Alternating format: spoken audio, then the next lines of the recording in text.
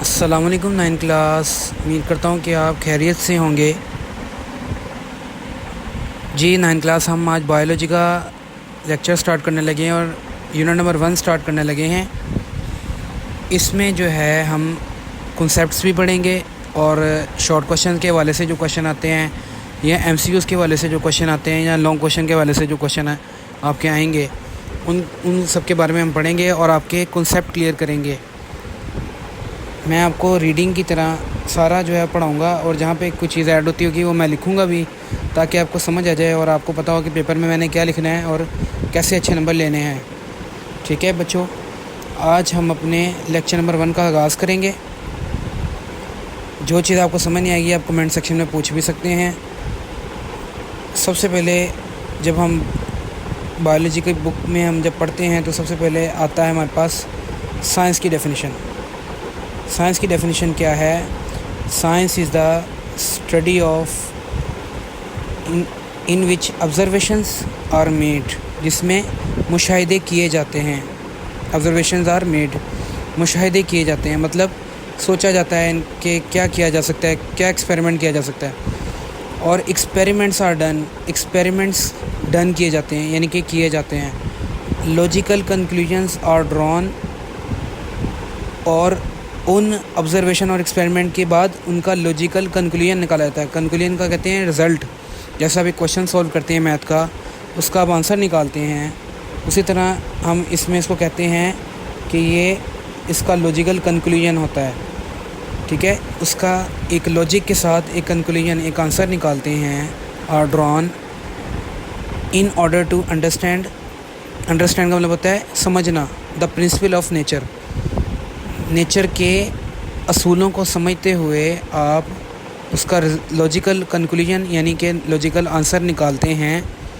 ठीक है, इसे कहते हैं साइंस। तो ये साइंस की डेफिनेशन मैंने आपको मार्क कर देता हूँ कि science is a study of in which observation are done and experiments are done and logical conclusion are drawn in order to understand the principle of nature। ये साइंस की definition आपने याद करनी है।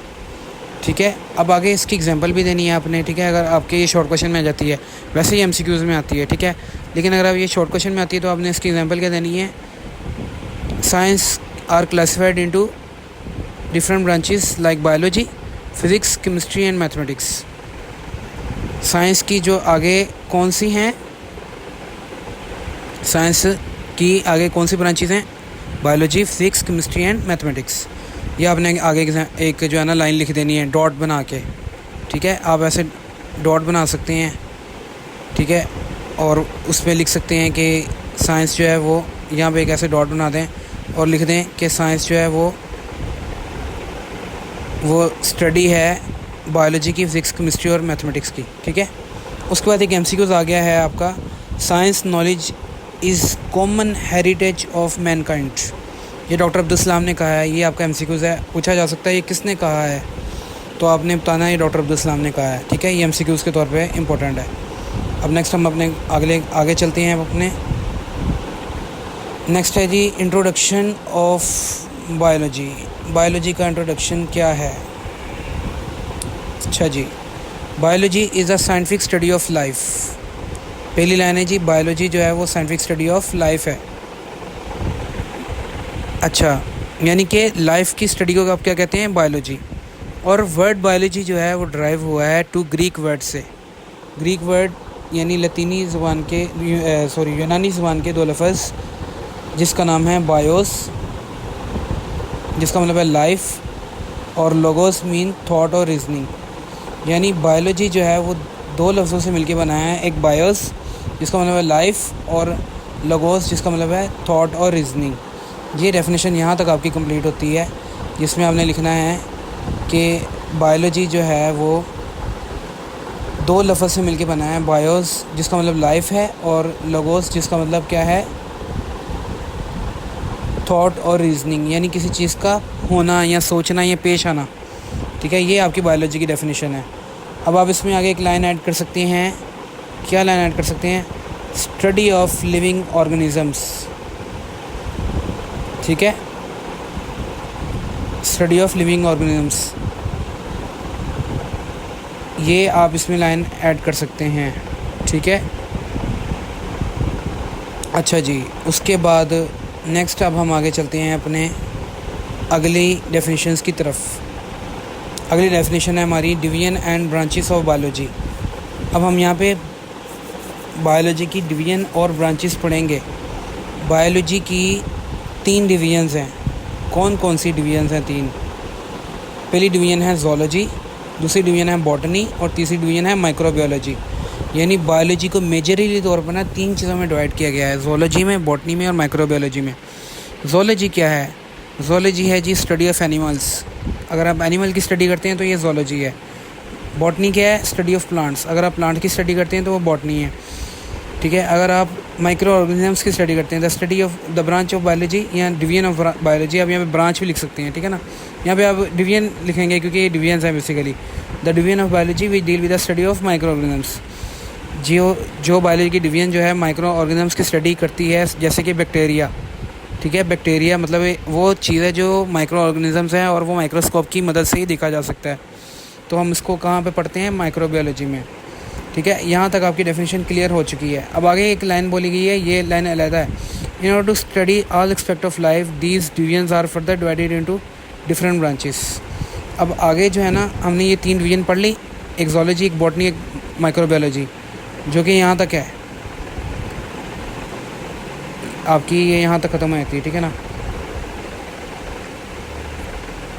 यहाँ तक ख़त्म हो जाती है, ठीक है ना। 3 डिवीजन आपकी यहाँ तक हैं। मैंने ये लाइन लगा दी ताकि आपको पता चल जाए, यहाँ से यहाँ तक ये आपकी 3 डिवीजन्स ख़त्म हो जाती हैं। लेकिन अभी हम आगे पढ़ेंगे वो क्या हैं, वो उसकी ब्रांचेस हैं। उन डिवीजन्स के आगे ब्रांचेस हैं। फिर मैं आपको ये भी बताऊंगा ये कौन सी डिवीजन की ब्रांच है। सबसे पहली ब्रांच है जनाब आपके पास मॉर्फोलॉजी। मॉर्फोलॉजी क्या होती है? Morphology the branch deal with the study of form and structure of living organisms. Form कहते हैं किसी भी चीज़ की मतलब शेप टाइप, ठीक है ना। और स्ट्रक्चर भी साख्त को कहते हैं। मतलब किसी की फॉर्म और स्ट्रक्चर का मतलब होता है कि उसकी जो साख्त है, उसकी जो शेप है किसी भी लिविंग ऑर्गेनिजम्स की, वो हम पढ़ते हैं मॉर्फोलॉजी में। किस में पढ़ते हैं? मॉर्फोलॉजी में, ठीक है। अब ये जो डब्बा है ये मैं आपको बाद में बताता हूँ ये क्या चीज़ है। पहले हम आगे चलते हैं। एनाटॉमी या एनाटमी या कोई भी जिस तरह भी इसको पढ़ता है, हर बंदे की अपनी जो है ना वो प्रोनाउंसिएशन है, ठीक है ना। एनाटमी जो है the study of internal structure is called anatomy. अब ये मॉर्फोलॉजी और एनाटॉमी में डिफरेंस बहुत दफ़ा आता है पेपर के अंदर, ठीक है ना। बच्चों को पता नहीं चलता, बच्चे इसमें कन्फ्यूजन कर देते हैं, मिक्स कर देते हैं। आपने एना से याद रखना है कि अंदर, एना से आपने याद रखना है अंदर। इंटरनल स्ट्रक्चर को पढ़ेंगे तो एनाटॉमी हो गया, और बाहर वाले पूरे फॉर्म और स्ट्रक्चर को पढ़ेंगे तो वो मॉर्फोलॉजी होगा। यानी कि आपने फॉर्म और स्ट्रक्चर ऑफ लिविंग ऑर्गेनिजम्स को पढ़ा तो वो मॉर्फोलॉजी है, लेकिन इंटरनल स्ट्रक्चर को पढ़ा तो वो क्या है? एनाटॉमी। हिस्टोलॉजी क्या है? Microscopic study of tissues. जो आप लेबॉर्ट्री में टेस्ट वगैरह कराते हैं ना, वो हिस्टोलॉजी में आते हैं। यानी कि टिश्यू की माइक्रोस्कोपिक स्टडी करना, माइक्रोस्कोप के ज़रिए नीचे टिश्यूज़ को देखना, उसको हिस्टोलॉजी कहते हैं। सेल बायोलॉजी का मतलब है the study of the structure, साख्त को, एंड फंक्शन ऑफ सेल्स के स्ट्रक्चर और फंक्शंस को पढ़ना। सेल के organelles and cell organelles is called cell biology. Cell biology में आप सेल के स्ट्रक्चर और फंक्शन को पढ़ते हैं और सेल के ऑर्गेनल्स को। सेल के ऑर्गेनल्स होते हैं वो आप आगे जाके पढ़ेंगे, मैं आपको पढ़ाऊँगा, शायद आपने पहले पढ़े भी हों। सेल के अंदर मज़ीद ऑर्गन्स होते हैं, उन्हें कहते हैं सर ऑर्गेनल्स, ठीक है ना। वो उनकी स्ट्रक्चर और फंक्शन को पढ़ना सेल बायोलॉजी कराता है। अब अगली लाइन में कह रहा है this branch also deal with the study of cell division. इसमें हम सेल डिवीजन के बारे में भी पढ़ते हैं, ठीक है ना। अब नेक्स्ट आ जाता है फिजियोलॉजी कहते हैं this branch deal with the study of function of different part of living organisms. Physiology में हम different part of living organisms के फंक्शंस को पढ़ते हैं। मतलब पहले तो आपने स्ट्रक्चर भी पढ़ लिया, आपने इंटरनल स्ट्रक्चर भी पढ़ लिया एनाटॉमी में, ठीक है ना। लेकिन अब आपने फिजियोलॉजी में क्या पढ़ना है? उनके डिफरेंट पार्ट के फंक्शंस को। मतलब कि हार्ट है ना, अगर हार्ट का क्या फंक्शन है? ब्लड को पंप करना, ठीक है ना। ये फंक्शन है एक पार्ट का, किसके? लिविंग ऑर्गेनिजम्स के। तो ये किस में आएगा? फिजियोलॉजी में। फिजियोलॉजी में क्या आ गया? किसी भी एक डिफरेंट पार्ट का, यानी कि किसी भी पार्ट का या डिफरेंट पार्ट्स का फंक्शंस के बारे में पढ़ना, ठीक है ना, कि उनका फंक्शन क्या है। ठीक है ना। जैसे दिमाग का काम है सोचना, तो ये फिजियोलॉजी है कि आपने दिमाग की फिजियोलॉजी पढ़ी आपने कि दिमाग का काम सोचना है, ठीक है। अब आगे जेनेटिक्स है। जेनेटिक्स क्या है? स्टडी ऑफ जीन्स के बारे में स्टडी करना and their role in inheritance. Inheritance कहते हैं बेटा पहचान को, मतलब इनहेरिटेंस ऐसे होता है कि आप के आबाओ अजदाद जो हैं उनसे आपको जो चीज़ें मिली होती हैं वो इनहेरिटेंस होती हैं, ठीक है ना। यानी वो उनके रोल्स को पढ़ना, ठीक है, और जीन्स के बारे में पढ़ना, ये जेनेटिक्स में आता है। इनहेरिटेंस का मतलब उसने बता दिया है। Inheritance mean the transmission of characters from one generation to the other. मैंने आपको बताया था कि एक जनरेशन यानी आपके दादा से या आपके बाप से टू द अदर जो आपके अंदर करेक्टर्स आए हैं, ठीक है, ट्रांसमिशन ऑफ कैरेक्टर्स, उसको इनहेरिटेंस कहते हैं, ठीक है ना। आपके अंदर जो चीज़ें आती हैं वो इनहेरिटेंस होती हैं, उनके बारे में पढ़ना, जीन्स के बारे में पढ़ना जेनेटिक्स कहलाता है। एम्ब्रियोलॉजी क्या होती है? डेवलपमेंट ऑफ एम्ब्रियो के बारे में पढ़ना, embryo to new individual. Embryo वो चीज़ होती है जिससे कोई नई चीज़ बनती है, कोई नया जानदार बनता है, उसे डेवलपमेंट ऑफ एम्ब्रियो कहते हैं। Development of embryo to new individual कहते हैं नया इंसान। इंडिविजुअल आप एक बंदे हैं ना, या आप एक बंदी हैं, इंडिविजुअल हैं, ठीक है ना। इंडिविजुअल आप एक इंसान जो है वो एक इंडिविजुअल है। इस तरह किसी नया इंडिविजुअल के एम्ब्रियो के बारे में पढ़ना उसे कहते हैं एम्ब्रियोलॉजी। टैक्सोनॉमी किसे कहते हैं? It is the study of naming and classification of organisms into groups and सब ग्रुप्स।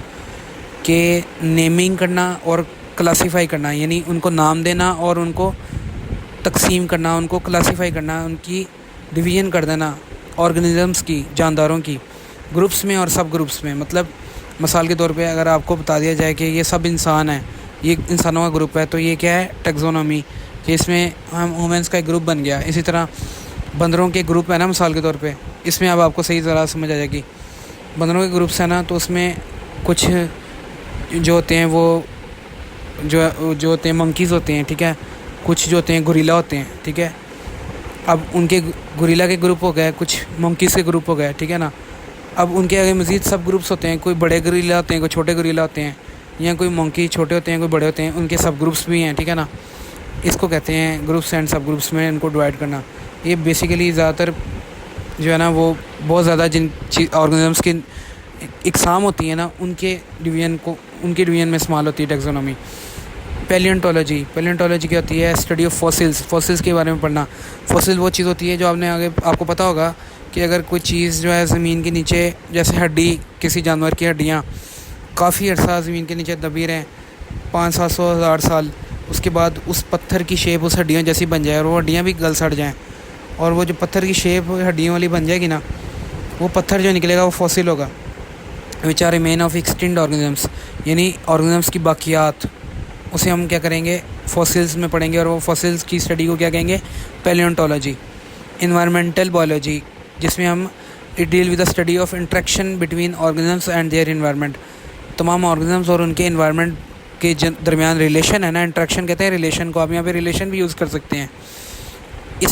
इसकी स्टडी हम इन्वायरमेंटल बायोलॉजी में पढ़ेंगे।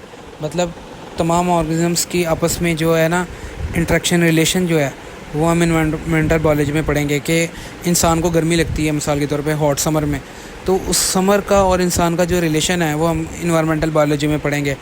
सोशियो बायोलॉजी क्या होती है? The branch of biology we deal with the study of social behaviour of animals that make societies. वो animals, यानी एनिमल्स में इंसान भी आता है, डॉगीज़ भी आते हैं, मंकीज़ भी आते हैं, ये सब जो ज़िंदा चीज़ें हैं एनिमल्स में आती हैं, ठीक है ना। एनिमल्स के सोशल बिहेवियर को जो है हम जो है ना ज़िंदा चीज़ें, मैंने अभी आपको बोला, अब ये ना समझना कि पौधे भी एनिमल हैं, वो तो प्लांट है ना, ठीक है ना। मैं इंसानों और जानवरों की बात कर रहा हूँ, इंसान भी एनिमल्स हैं, ठीक है। साइंस इंसान को भी एनिमल कहती है, ठीक है ना। तो इस तरह के जो बातें भी आपको मैं साथ साथ बताता रहूँगा ताकि जो है ना आपको समझ आती रहे। सोशल बिहेवियर ऑफ एनिमल्स को हम क्या, जो सोसाइटी बनाते हैं उसकी स्टडी को हम सोशियो बायोलॉजी कहते हैं। उसके बाद आ गई पैरासाइटोलॉजी। ये बॉक्स मैं आपको भी पढ़ाता हूँ, पहले मैं ये ब्रांचेस आपको सारी पढ़ा दूँ ना, फिर मैं आपको ये बॉक्स जो रह गए मैं पढ़ाता हूँ। पैरासाइटोलॉजी कहते हैं स्टडी ऑफ पैरासाइट्स कहते हैं कीड़े मकोड़ों को। बायोटेक्नोलॉजी बहुत इंपॉर्टेंट फील्ड है, बहुत इंपॉर्टेंट ब्रांच है ये, और ये बहुत इंपॉर्टेंट शॉर्ट भी है। ये आता भी है और इसके आगे बहुत फील्ड है, आप इसमें BS ऑनर्स भी कर सकते हैं बायोटेक्नोलॉजी में। ये बहुत बड़ी वसी फील्ड है। It deal with the study of practical application of living organisms to make substances for the welfare of mankind. कहता है कि मैनकाइंड की वेलफेयर के लिए मुख्तलिफ़ किस्म के लिविंग ऑर्गेनिजम्स को यूज़ करते हुए सब्सटेंसेस बनाना। To make substances, living organisms की application to make substances for the welfare of mankind. यानी कि मिसाल के तौर पे एक मिसाल देता हूँ मैं आपको। पहली बात आपने ये समझनी है कि इंसानों की खिदमत के लिए लिविंग ऑर्गेनिजम्स यानी जानदार चीज़ों को ही इस्तेमाल करते हुए कोई चीज़ बनाना। जैसा कि मिसाल के तौर पे दही है, दही के अंदर बैक्टीरिया होते हैं, ठीक है, वो लिविंग ऑर्गेनिजम्स है। बैक्टीरिया लिविंग ऑर्गेनिजम्स है, माइक्रो ऑर्गेनिजम्स है ना, लेकिन वो लिविंग है। अब वो क्या है, वो दही के अंदर होते हैं, वो इंसान यूज़ करता है, इंसान की हड्डियाँ मजबूत होती हैं, इंसान को कैल्शियम मिलता है, ठीक है ना, दही खाने से। तो दही का इस्तेमाल इंसान के लिए फ़ायदेमंद हुआ। इसमें क्या हुआ, मैनकाइंड की वेलफेयर हुई, ठीक है ना, और सब्सटेंसेस बने यानी दही बनी, और यूज़ किया हुआ है बैक्टीरिया लिविंग ऑर्गेनिजम्स। उसे किस में पढ़ेंगे हम, बायोटेक्नोलॉजी में। इसी तरह आपकी जो वैक्सीनेशन है उसमें भी क्या होता है कि डेड जो होते हैं ना जम्स, डेड जम्स जो होते हैं उनको इंसान के अंदर इंसर्ट किया जाता है। फिर इंसान जो है ना वो उसके जो इम्यूनिटी है वो उनसे लड़ती है, ठीक है ना।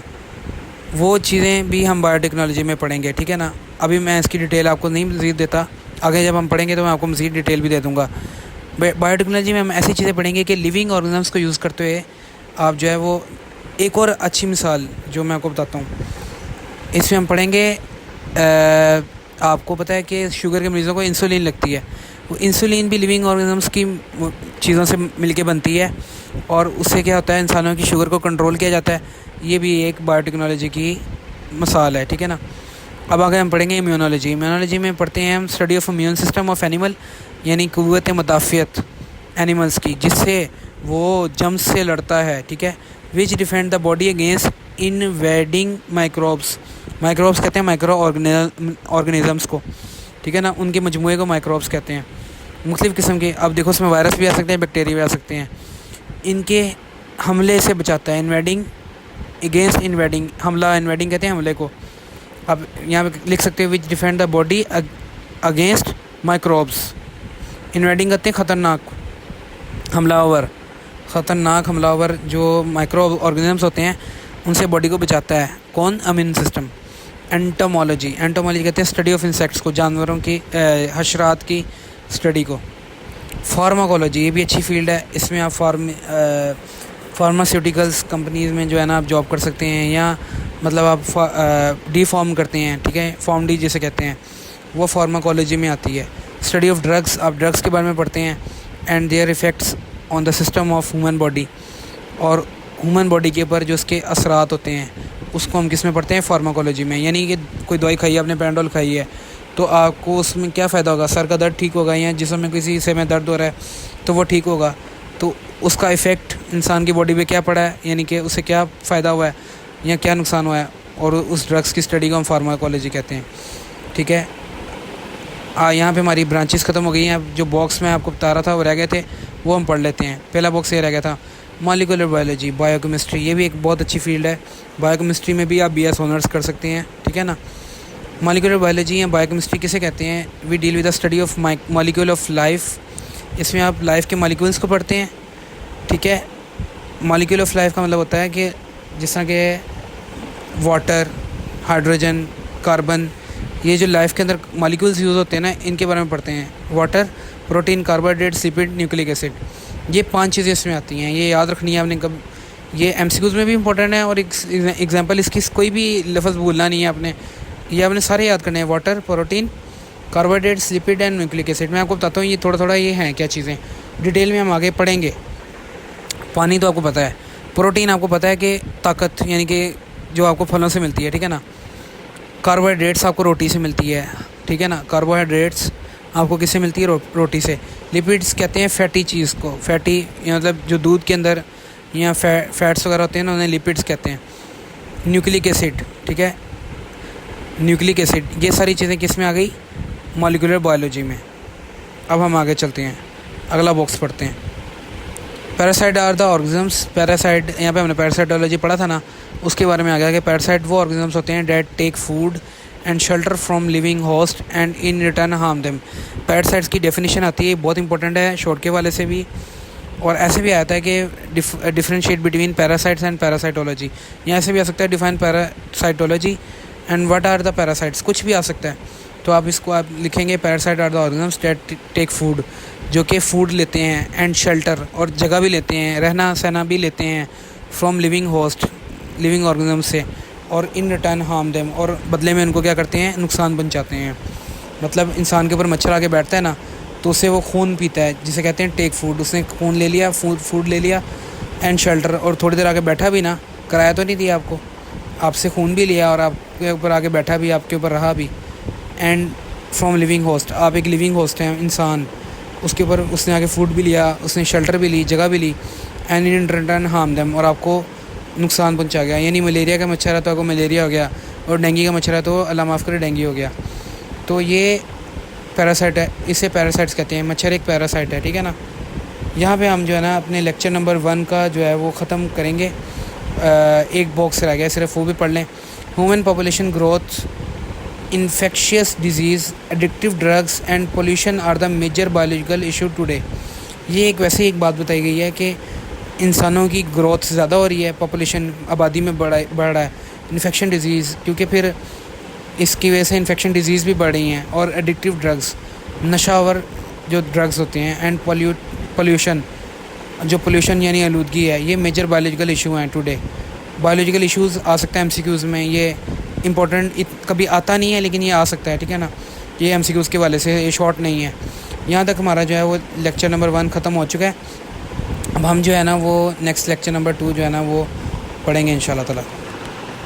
अल्लाह हाफिज़।